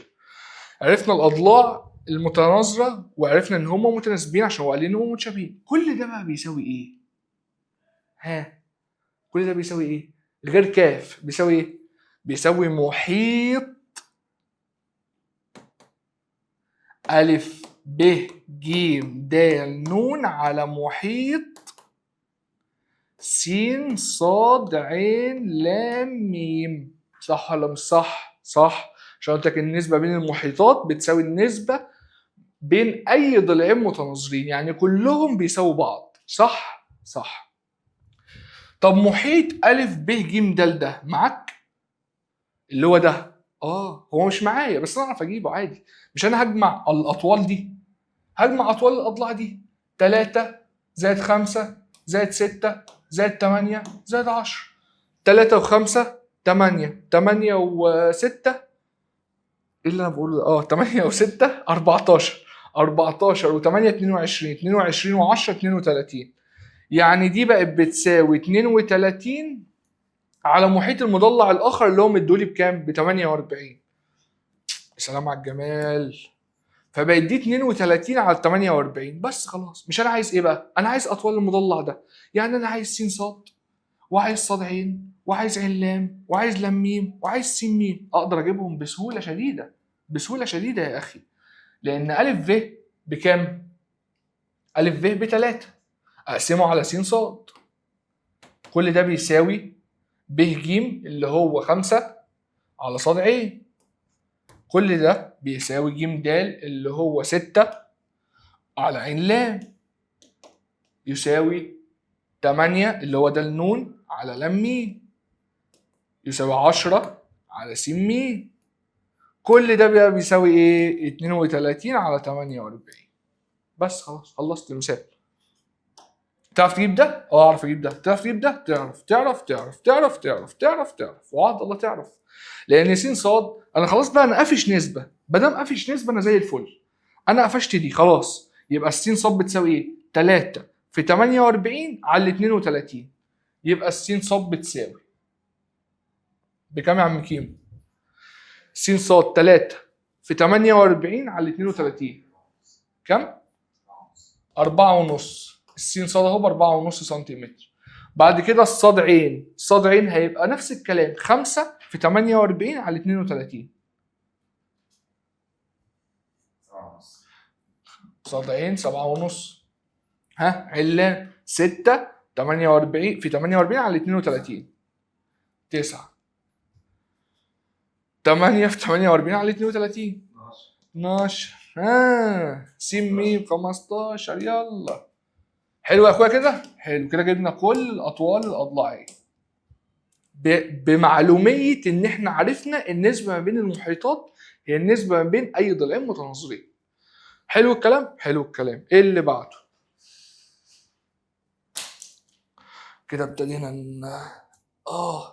اللي بعده يا اخويا بيقول لك المضلع ا ب ج د يشابه المضلع س ص ع ل. خلاص ها هكمل السؤال؟ والله ما اكمل، مش هكمل. قال لي ان ده بيشابه ده، خلصت يبقى انا اعرف حاجات بقى. ا ب ج د هو قال لي ان هو بيشابه ايه؟ س ص ع ل. انا مش هكمل السؤال، انا خلاص هو قال لي ان هم متشابهين، الموضوع انتهى. دي هي دي، دي هي دي، دي هي دي، دي هي دي على طول. يلا تعرف تجيبهم لي؟ تعرف. الف هي س. الف معايا؟ لا. س معايا؟ لا. سيبك منهم دلوقتي. ب هي صاد. ب 75 يبقى صاد 75. اوكي. طب ج هي عين. ج قائمه يبقى عين قائمه. ايه 90 درجه بقى؟ انت مجنونه ولا ايه؟ 90 درجه يا اخويا. د هي لام. لام ب 100 يبقى د ب 100. طب هجيب الف وس بقى منين اللي انا كنتش عارفهم دول؟ ما هي الف بتساوي س ودول مجموعهم 360. 360 ناقص 75 زائد 90 زائد 100 يعني 95. صح يا اخويا؟ صح، ما قلتش حاجه غلط. 95 دي 95 ودي 95 عشان هما متشابهين. كده احنا استنتجنا الزوايا. انا اقسم بالله كل ده ما قريت السؤال، انا ما اعرفش اصلا السؤال عايز ايه. انا لحد دلوقتي انا عرفت ان هم متشابهين فانا اطلع اللي انا عايزه بقى. طلعت ان الزوايا كلها. يلا تعرف تطلع لي الاضلاع؟ تعرف انت صغير ولا ايه؟ ا ب على س ص ها ب ج على ص ع ها ج د على ع ل. رجعت؟ لا ما ارجعش، ارجع محمل، ارجع بده. ا د على لام س او س لام يعني مش هتفرق. ا ب معايا؟ فين ا ب معاه؟ لا مش معايا، سبته زي ما هو. س ص مش معايا برضه. يبقى دي مش هعرف اجيبها، خلاص امطرها بعيد. اللي بعده ب ج وصاد عين. فين ب ج؟ ب ج اهو ب6. الله يسترك. صاد عين ب4. طب ج د؟ ج د مش معايا. طب عين لام يا رب يبقى معايا. عين فين عين لام؟ اهو مش معايا. يا نهار، ماشي على طول. اللي بعده ناقص تاني. ا د على لام س. ا د ب4.2. طب س لام او لام س مش معايا، بس انا اعرف اجيبه بقى هنا. كده بقى س لام اعرف اجيبه؟ اعرف اجيبه يا اخويا. س لام هيبقى بكام؟ 4.2 في 4 على 6 كام يا ابويا؟ 2.8. كده جبت س لام ب 2.8. نروح بقى نشوف هو عايز ايه في السؤال. نروح ونشوف. عايز يحسب قياس زاوية س. ده انا حسبتها. وعهد الله 95. طب عايز طول س لام؟ والله انا حسبته برضه اهو ب 2.8. بص من غير ما اقرا السؤال، والله ما قريته. طب اللي بعده قال لك اذا كان محيط ا ب ج د ب 25.8، فعايز محيط س ص ع ل. طب ما سهله دي. طب ما هو محيط ا ب ج د اللي هو 25.8 على محيط س ص ع ل اللي انا عايزه، ما هو بيساوي احدى النسب. اي نسبه من دول تعجبك، اللي هي مثلا 6 على 4، اللي هي 3 على 2، خليها 6 على 4 يعني 6 على 4. مش النسبه ما بين المحيطات بتساوي النسبه ما بين اي ضلعين متناظرين؟ طب حته تركايه بقى، لو انا عكست دي، لو انا طلعت دي فوق، يعني لو انا قلت محيط س ص ع ل على 25.8، اكتب هنا 6 على 4 برضو ولا اكتب ايه؟ اكتب 4 على 6. انا هنا بشابه ايه لايه؟ مش بشابه ا ب ج د لس ص ع ل؟ يعني النسبه من ده لده هي 4، هي 6 على 4. فانا رحت كاتب اللي فوق المحيط بتاع س ص ع ل اللي هو نسبته 6. طب الثاني اللي نسبته 4. فانا شقلبت دول، شقلبت ده، شقلبت دول، يبقى شقلب النسبه. بس كده بقولها لك بس عشان تبقى تاخد بالك. يعني دي يبقى قدامها ضلع من الشكل ده، ودي يبقى قدامها ضلع من الشكل ده. ماشي يا ابويا؟ ماشي. دي طلعت كام بقى يا عم كيمو؟ كام؟ 17 و2. هو ده المحيط اللي انا عايزه، اللي هو محيط س ص ع ل سنتيمتر. اوكي؟ اوكي، خش على اللي بعده. بيقول لك ا ب ج مثلث فيه ا ب ب 4 سنتيمتر وب ج 5 سنتيمتر وأ ج ب 8 سنتيمتر. ايه تاني؟ عايز بص بقى، بيقول لك ايه؟ اوجد اطوال اضلاع مثلث اخر مشابه ليه. اوجد اطوال اضلاع مثلث اخر مشابه ليه ونسبة التشابه. قال لي اول واحدة لو معاملة التشابه 2.4. بس انا هكتب ايه الاول؟ يعني اكتب اللي هو ا ب ج ده، هكتبه ان هو بيشابه س ص ع. يعني س ص ع ده اللي انا فرضته، اللي انا هوجد واحد مشابه ليه. لو انا قلت دي كده يبقى نسبة التشابه او معامل التشابه 1 على ده. صح ولا مش صح؟ صح.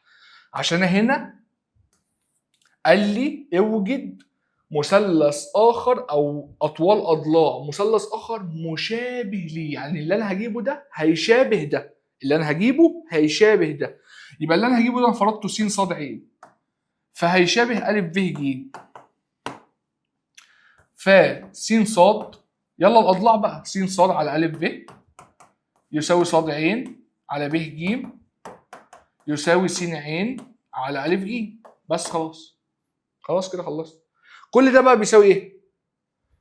نسبة التشابه اللي هي 2.4. نسبة التشابه اللي هي 2.4.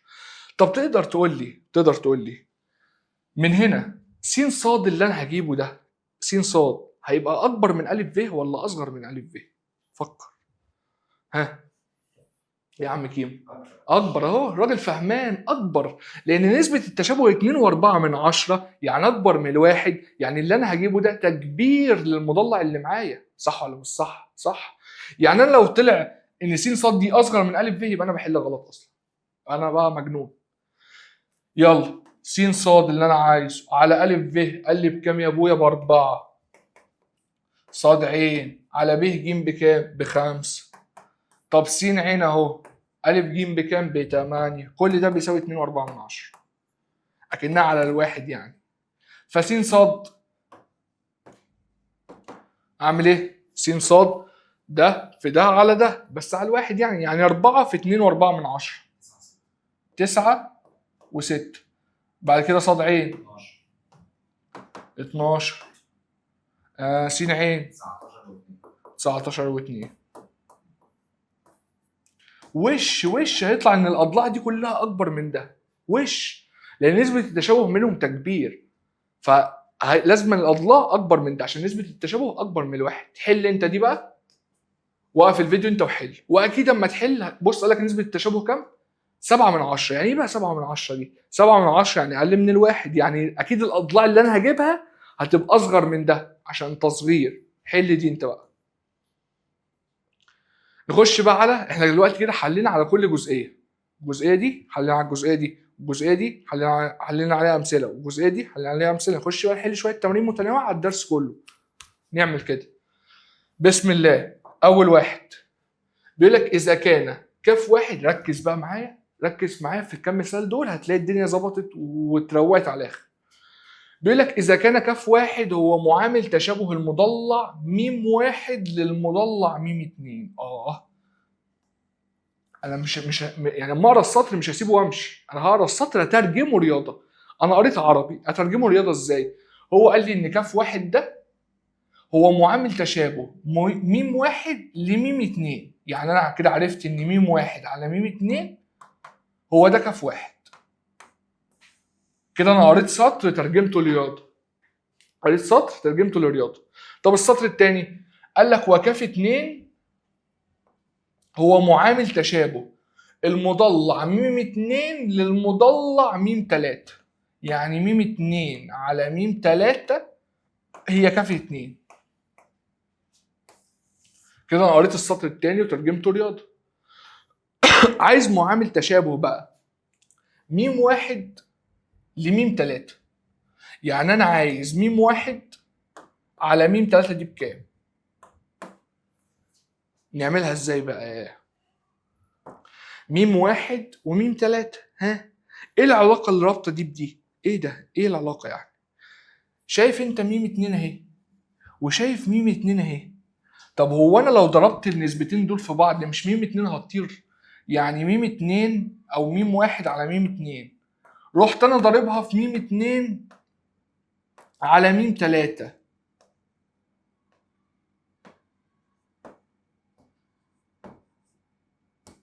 ايه ده يا ابويا؟ طب مش ده هيطير مع ده؟ طب ما هيبقى لي ايه؟ هيبقى لي ميم واحد على ميم تلاتة اللي هي ايه؟ كاف واحد في كاف اتنين. هو انا ضربت النسبة دي في النسبة دي، مش هضرب يعني كاف واحد في كاف اتنين؟ ازاي يعني؟ انا ضربت دي كلها في دي كلها. يعني اما اضرب ده قيمته بكام؟ بكاف واحد في، وده قيمته بكام؟ كاف اتنين. اما اضرب ده بقى في ده، ميم واحد على ميم اتنين في ميم اتنين على ميم تلاتة، فده هيروح مع ده يبقى لي ميم واحد على ميم تلاتة اللي هو كان عايزه كاف واحد في كاف اتنين اللي هو الاختيار رقم ب. بس كده ترجمت المسألة رياضة، والله هتلاقي الدنيا زي الفل. ترجم وهتلاقي الدنيا ماشية، انما ما اخش المسألة كده ايه ده بقى اللعبكة دي، لا بالراحة. اللي بعده هثبت لك. السؤال اللي بعده يا اخويا بيقول لك معامل التشابه بين المربع أ ب ج د والمربع س ص ع ل يساوي كل مما ياتي ما عدا. ده يشابه ده، يساوي كل حاجه ما عدا ايه؟ هو انا اما اقسم ا ب يعني ضلع من هناك ا ج ده قسمته على س ع، ما هو دي صح. ليه بقى صح؟ ما هو كل الاضلاع متساويه، كل الاضلاع في المربعات دي متساويه في الطول، فاما اقسم اي واحد على اي واحد عادي هتديني هي النسبه. اوكي. طب قال لي بقى ا ب الى ص ع، ا ب اهو وص ع اهو، مع ان المفروض ا ب تبقى على س ص، بس س ص هي ص ع لان كلهم متساويين في الطول، فدي برضو صح. طب خلينا نشوف الاختيار رقم د ب ج الى ص ع. بص ب ج اهي وص ع اهي، دي مظبوطه دي، فدي برضو صح. دي بقى هي اللي غلط، لان انا بقسم الاضلاع المتناظره على بعض بس مش باخد التربيع، فدي بس هي اللي غلط. اللي بعده قال لك لكي يتشابه المعينان ا ب ج د وس ص ع ل يكون كافي للحصول على ايه؟ يعني انا عايز اقول ان المعين ده يشابه المعين ده في شرط واحد او شرطين او 3 شروط. ايه اللي كافي عشان اقول ان هم متشابهين؟ ها بص يا عم، رسمت لك انا معين كده، لا ده مش معين، ده مش معين، ده مش معين. ها ايوه ده معين، ا ب ج د، وادي معين اخر اهو اهو. اسمه يا اخويا س ص ع ل. ماشي. ده المفروض يشابه ده لو اتحقق كام شرط او يكون كافي الحصول عليه. تعال نشوف اول واحد. مع انك انت لو فكرت في السؤال ده فكر كده في دقيقه، يعني انا مستنيك اهو يا عم، انا مستنيك فكر دقيقه. ها. مم. انت بتحب الاختيار ده، بتحب ده والله. الف وب معا، اي حاجه الف وب معا يلا الف وب معا. انت صح، انت تكذب عليا. الف وب معا يا عم، ده انا ممكن اختيارين مش اختيار واحد. ده عبط يا ابويا، عبط يا ابويا والله. واقسم بالله لو جالك السؤال ده هتقول الف وب معا. تعال نفكر واحده واحده وبالراحه. اول شرط ده نشوفه يمكن كافي يا عم، يمكن الشرط ده كافي. اول حاجه ان المعينين المعين كل الاضلاع متساويه، كل الاضلاع متساويه. يعني انا الشرط الثاني اللي هو الاضلاع المتناظره متناسبه ده اتحقق لي اصلا، ده اتحقق. لان لو طول ضلع المعين ده مثلا 5 وطول ضلع المعين ده 6، فاكيد النسبه هتفضل 5 على 6 لان كلهم خمسات وهنا كلهم ستات. فدي 5 على 6 دي تاني شرط ده اتحقق عادي خلاص. عايزين نشوف بقى اول شرط اللي هو ان الزوايا المتناظره متساويه في القياس. هو قال لي ان يكون الشرط كافي اللي هو بتاع ان قياس زاويه ا تكون ب 60، ان تكون الزاويه دي ب 60 درجه، وتكون زاويه ص ب 120 درجه. هل ده كافي ولا لا الشرط ده؟ يعني بص بالراحه. تاني شرط ده اللي هو بتاع الاضلاع المتناظره متناسبه ده متحقق كده كده في المعينين. اي معينين في الدنيا الشرط التاني متحقق اللي هو بتاع الاضلاع المتناظره متناسبه ده خلاص، ده ما فيش كلام. الزوايا بقى هنا بقى هنرجع لخواص المعين. كل زاويتين متقابلتين متساويتين وكل زاويتين متجاورتين متكاملتين. صح ولا مش صح؟ يعني دي اللي قدامها لازم تكون 60، طب اللي جنبها دي تكون 120 عشان كل زاويتين متجاورتين متكاملتين. طب دي 60 تبقى دي 120 عشان كده كل زاويتين متجاورتين ب 180 مجموع 180 على متكاملتين. طب دي 120 تبقى دي 120. طب كل زاويتين متكاملتين يا متكاملتين. كل زاويتين ايه يا ابويا؟ متكاملتين. يعني دي 120 يبقى ايه اللي هيكملها اللي يخليها 180 60 ودي تبقى كام 60. سبحان الله سبحان الله والله، والله سبحان الله يا اخي سبحان الله. طلع هو اول شرط كافي بس خلاص. يعني ده هو الاجابه الصح. فوقك ده بقى هاتش، ده ماليش دعوه بيه اصلا. اول شرط هو اللي كافي اهو سبحان الله اهو. بس عشان ابقى عارف خواص المعين، عرفت خواص المعين حليت السؤال على طول. فالسؤال ده كويس حلو. اللي بعده بيقول لك المثلث ا ب ج يشابه المثلث ا ه د. سجدة شكر لله، قال لك ان ده بيشابه ده. يعني ا ب ج يشابه ا ه د. خلاص الموضوع انتهى، الموضوع انتهى. يعني الزوايا المتناظره متساويه والاضلاع المتناظره متناسبه. خلاص انا عايز ايه تاني من الدنيا؟ وقال لك ان قياس زاويه ب 3 س زائد 10. فين ب اهي دي ب 3 س زائد 10 درجه. وقال لك ان قياس زاويه ا ه د. فين ا ه د دي اهي ا ه د. يعني الزاويه دي بكام؟ ب س زائد 30. ماشي يا اخويا ماشي. طب ايه برضو يعني نستنتج ايه؟ مش فاهم يعني ايه. هما مش دول متشابهين؟ والزاويه دي هي زي الزاويه دي.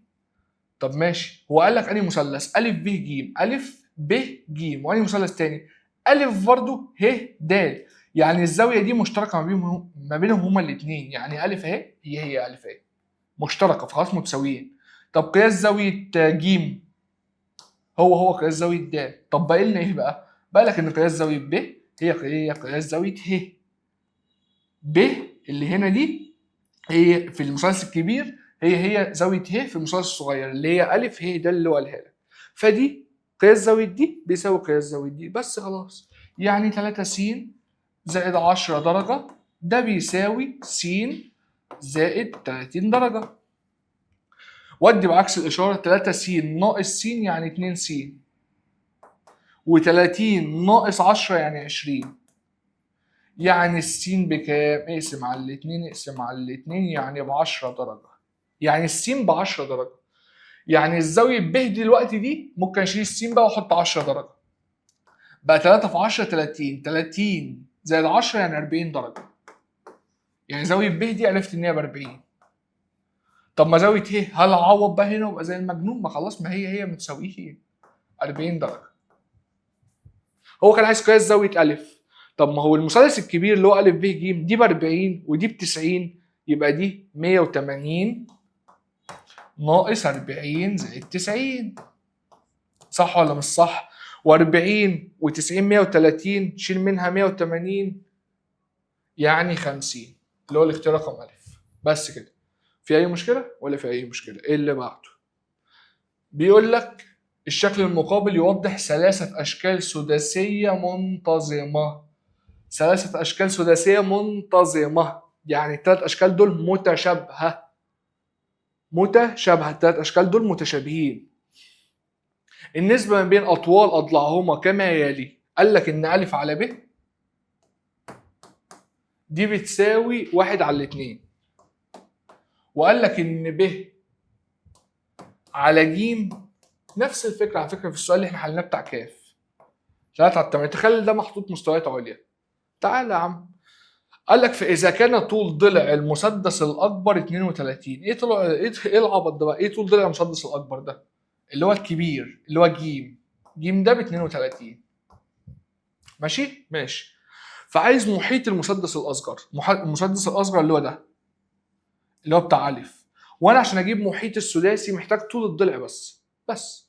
لو احتجت طول الضلع اضربه في 6 جبت المحيط. بس مش عايز حاجه تاني. يعني انا عايز ايه من الاخر في السؤال ده كله؟ عايز ايه؟ عايز الالف بس. عايز طول الضلع بتاع السداسي الصغير ده بس. عايز الالف ولا عايز اي حاجه تاني. نجيب الالف منين بقى يا اخويا؟ اقول لك انا نجيب الالف منين. هو في علاقه رابطه ده وده؟ دور كده. نفس السؤال بتاع كاف، والله نفس السؤال. مش انا لو ضربت النسبه دي في النسبه دي، ها، مش الب هتطير، هيبقى لي الف على ج اهو. والله اهو الف على ب لو ضربته في ب على ج، مش دي هتطير مع دي؟ طب هيساوي لي ايه ده؟ يعني انا ضربت ده في ده اداني ده، واضرب بقى دول في دول. نص في 3 على 8 يعني 3 على 16. كده بقى اداني علاقه ان الف على ج بتساوي 3 على 16. صعبه دي؟ اداني ده واداني ده. انا عايز علاقه رابطه الالف بالجيم عشان هو عايز طول، عايز محيط المسدس الاكبر، فانا عشان اجيب محيطه فمحتاج طول ضلعه اللي هو الف. جبت طول الضلع اضربه في 6 جبت المحيط. فطول الضلع اما ضربت ده في ده طيرت دي مع دي، اتبقى لي الف على ج. طب انا هضرب دول يعني واسيب دول؟ ما هي النسبه. فنص في 3 على 8 يعني 3 على 16. هو قال لي ان ج ده بكام؟ ب 32 بس. خلاص يعني الف على 32 بتساوي 3 على 16. على 16 فيها الواحد، على 16 فيها الاثنين، يعني الف ب6. الف ب6 يعني المحيط اضرب طول الضلع في 6 يعني 36. بس كده. طول الضلع السداسي بضرب المحيط، بضرب طول الضلع في 6 عشان هم كلهم 6 اضلاع، فهجمع 6 زائد 6 زائد 6 زائد 6 6 مرات. في مشكله؟ مفيش مشكله. وممكن هنا برضو كنت تحط الجيم ب 32 وتجيب قيمه الب وتحطها هنا تجيب الالف. مش هتفرق يعني، دي او دي مش هتفرق. اللي بعده قال لك اذا كان المثلث ا ب ج ا ب ج يشابه د ه واو. ها، استنتج على طول التشابه. ا ب على د ه يساوي ب ج على ه واو يساوي ا ج على د الواو. صح ولا مش صح؟ صح. خلاص ما انت بقيت تعرف تستنتج ده على طول. قال لك فان معامل التشابه لهما هو ايه؟ هو قال لك ان ب ج بيساوي 3 ه واو. ب ج بيساوي 3 ه واو. يعني انا ممكن اشيل ب ج دي واحط 3 ه واو، بقى عندي نسبه اهو وتحت ه واو، فه واو تروح مع ه واو يبقى لي كام؟ 3. في مشكله؟ مفيش مشكله. بيقول لك ايا مما ياتي صحيح. بص بقى اقرا كده، كل المضلعات المنتظمه متشابهه، هتقول صح هديك بيه الشبشب. والله صح؟ لا دي غلط. كل المضلعات المنتظمه متشابهه تبقى صح لو قال لك لهما نفس عدد الاضلاع، لان هنا بيقول لك كل المضلعات المنتظمه متشابهه. طب يا عم مثلث مساوي الاضلاع مضلع منتظم والمربع مضلع منتظم، فدول متشابهين؟ لا، لازم أن يقول لك لهما نفس عدد الاضلاع، فدي غلط. طب كل المربعات متطابقه؟ لا، كل المربعات متشابهه مش متطابقه. طب كل المعينات متشابهه؟ لا لا، المعينات بتحقق الشرط الثاني اللي هو الاضلاع المتناظره متناسبه، بس الزوايا ممكن لا، ممكن الزوايا ما تبقاش زي بعض، فمش كله متشابه. كل المثلثات المتساويه الاضلاع متشابهه. يا سلام يا سلام، هي دي. عارف هنا كنت ممكن اكتبها لك ايه؟ ممكن اقول لك ان ما هو المثلث متساوي الاضلاع ده مضلع منتظم، بس انا عرفت ان هو ان عدد اضلاعه 3 خلاص، فكل المثلثات المتساويه الاضلاع متشابهه، خلاص انا عرفت. يبقى هنا كان لازم يقول لي انها نفس عدد الاضلاع. ركز اللي بعده. خلاص فاضل سؤالين اهو. بيقول لك ده يشابه ده، خلاص هتحتاج ايه تاني؟ والله مداني يا ابني، هتحتاج ايه تاني؟ مش هتحتاج حاجه تاني مداني والله. لك ده بيشابه ده، خلاص يبقى انا عرفت ايه؟ خلص بقى، عرفت ايه؟ عرفت ان زاويه م هي زاويه م، وزاويه ا هي زاويه ج، وزاويه ب هي زاويه د، وعرفت ان م ا على م ج يساوي ا، ايه ده بقى؟ يساوي م ا يساوي ا ب على ج د يساوي م ب على م د. ده اللي انا عرفته اول ما قال لي ان هم متشابهين. انا ما كملتش السؤال على فكره، لسه ما اعرفش السؤال عايز ايه، بس انا قال لي ان هم متشابهين فعرفت دي. تعالى بقى نشوف هو عايز ايه. قال لك ا ب ب 8 ماشي، وج د ب 4 ماشي، وم ا ب 4 و8 من 10 وم د ب 2 ونص ماشي. اثبت ان الشكل ا ب ج د رباعي دائري. انا عشان اثبت ان هو رباعي دائري ممكن اقول له مثلا، مش انا هنا زاويه ج، بص زاويه ج فين نظرتها؟ مش بتساوي زاويه ا؟ مش انا عارف ان هم متشابهين؟ طب ما هم دول زاويتين مرسومين على نفس القاعده، او في جهه واحده ومرسومين على نفس القاعده، يبقى ده اسمه رباعي دائري. خلاص خلصت السؤال. دول زاويتين وفي جهه واحده ومرسومين على نفس القاعده، او مرسومين على يعني قدامهم نفس الحته، يبقى ده رباعي دائري. طب ما هو د ممكن اقول برضو ان د وب، د وب برضو نفس الكلام، مرسومين على نفس الجهه، برضو ده رباعي دائري. خلاص كده انا اثبتت ان هو رباعي دائري. خلاص الله. والله تصدق، عشان بس التشابه، عشان عرفت ان الزاويه دي بتساوي الزاويه دي والزاويه دي بتساوي الزاويه دي. عايز طول ب ج. فين طول ب ج ده؟ ب ج، عايز طول ب ج ده كله. ماشي نجيبهولك، ايه المشكله يعني؟ الف ميم او ميم الف معايا مدولي، ميم الف ب 4 و8 من 10 اهو مدولي اهو، كتر خير. على ميم جيم، ميم ميم جيم مش مديهولي اهو، ميم جيم. الف ب 8 مديني حاجه، مديني جيم دال ب 4، مديني ميم ب، ميم ب لا مش مديهولي، ميم دال مديهولي ب 2 ونص بس. خلاص عايز ميم جي، نعمل ايه؟ 8 على 4 2،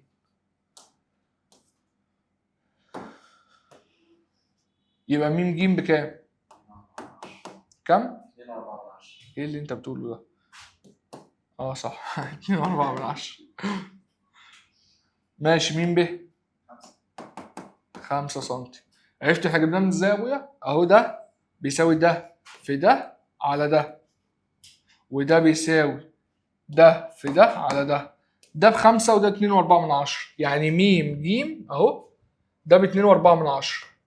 طب ميم ب ده ب5 سم، يبقى مجموعهم هما الاثنين، لان هو كان عايز ب ج ده كله، يبقى 7 و4 سنتيمتر. بس كده. في مشكلة؟ مفيش مشكلة. اللي بعده آخر سؤال، آخر سؤال. والله ده يبقى بالنسبة لك واجب ده، بس يلا يلا يلا. ده يشابه ده. عايز حاجة تاني من الدنيا؟ انت مش عايز حاجة تاني. ألف د ه يشابه ألف ب ج. ترجمت أنا إيه؟ ها؟ دي زي دي، دي زي دي، دي زي دي. وعرفت إيه تاني؟ بسرعة. ألف د، ألف د على ألف ب. ها الأضلاع المتناظرة بقى. ده ه على ب ج. ألف ه على ألف ج. في مشكلة؟ في مش مشكلة. لحد دلوقتي والله ما أعرف برضه عايز إيه. عايز إيه بقى هو؟ عايز يثبت إن ده ه يوازي ب ج. وأنا أثبتهم إزاي؟ عشان أثبت إن ده بيوازي ده هقول مثلا إن دي هي دي، أو دي. خلينا نعملها لك باللون تاني.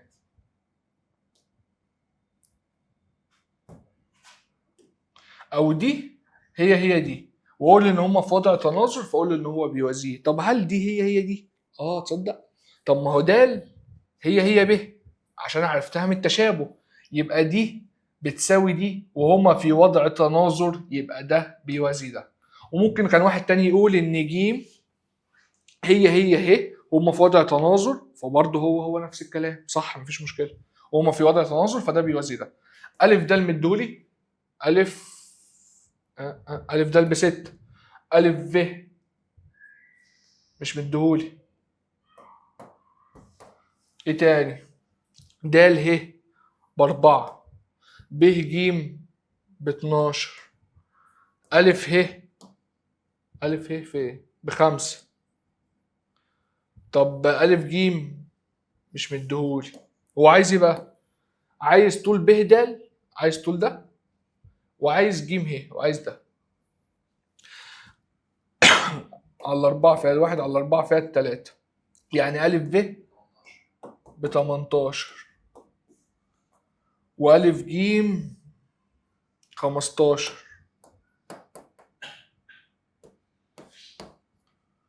انا كده جبت الف ب ده كله ب 18. شيل منه الستة اللي هو ده، يطلع لك ان ده ب 12 اللي هو كان عايزه. طب وجبت الف ج كله ب 15، دي ب5، يبقى ده بكام؟ ب 10 اللي هو كان عايزه، اللي هو ج ه. وكده الحمد لله خلصنا حصتنا. كانت تشابه المضلعات، حصة لذيذة وأول درس في الهندسة ودرس جميل. وربنا معاكم ويوفقكم، والسلام عليكم ورحمة الله وبركاته.